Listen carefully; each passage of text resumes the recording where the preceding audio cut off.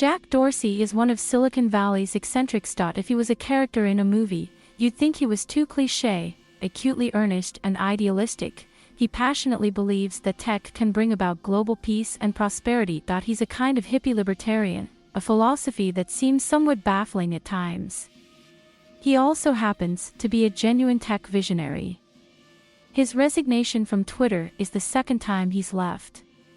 After leaving the social media giant that he co-founded the first time, he set up the digital payments company Square in 2009, which has become wildly successful. He came back to Twitter in 2015. Until Monday, he was running both companies, a situation that didn't sit well with many investors. Last year, Elliott Management, a large Twitter investor, tried to make him choose between the two.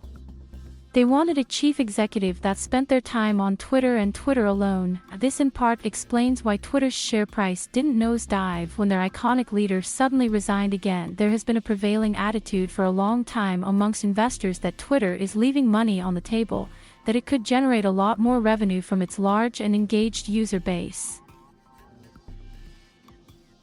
And certainly a chief executive that had its undivided focus on Twitter might help.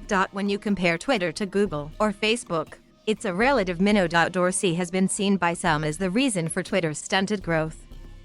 A Twitter purist who had helped create the platform, but didn't want monetization at the expense of user experience. To be fair to Dorsey, he has tried to experiment with ways to generate more revenue. He also announced a target of 315 million monetizable users by the end of 2023, and to double revenue in that year. Twitter has done well at adding users during the pandemic. However, that target is hugely ambitious. It's a goal that incoming chief executive, Parag Agrawal, will inherit. Indian-born, Agrawal has risen through the ranks to become an apparently competent and well-respected chief technology officer. He's been described as a safe pair of hands, and he has a huge job ahead of him. Agrawal instantly takes on Dorsey's monetization headache. Twitter is not Facebook. It holds far less information about you, and therefore the data it holds isn't as valuable to advertisers. You can also only serve users so many adverts before they start turning away.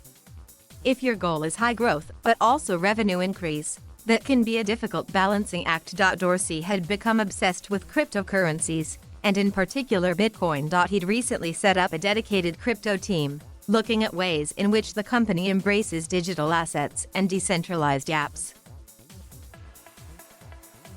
The team was to sit under Agrawal, perhaps a sign that digital currencies will play a key role in the new chief executive's vision for the company's growth. But Twitter has become deeply political in the US, and Agrawal also inherits its moderation problems. Democrats generally argue that the platform hasn't done enough to take down fake news. They also argue its systems are not good at quickly locating removing hate speech. Republicans argue that the platform has an anti-conservative bias, demonstrated by the decision to ban Donald Trump after the Capitol Hill riots. Agrawal has gone from relative obscurity to a major public figure overnight, and will no doubt be called in front of Congress sooner rather than later. Already, a tweet that he published in 2010, a quote from The Daily Show, is being used by some conservatives as evidence that the new chief executive is left-leaning. Dorsey's goodbye email included a barb at founders who stay too long at the companies they created. There's a lot of talk about the importance of a company being founder-led. Ultimately, I believe that's severely limiting and a single point of failure, he wrote. The target of that statement appeared to be Facebook founder Mark Zuckerberg. But the sentiment has much wider importance. Almost all the eccentric tech founders who created hugely successful companies, Bill Gates, Jeff Bezos, Sergey Brin, Larry Page, Steve Jobs, and now Dorsey, have all been replaced with safe options chief executives that are nothing like their predecessors. And perhaps Twitter needs that. As for Dorsey, well, he's still young, 45. The last time he had some time away from Twitter, he casually built up Square, that's now worth $100 billion. Dorsey can at times be a figure of satire, but he's earned the right to be taken seriously.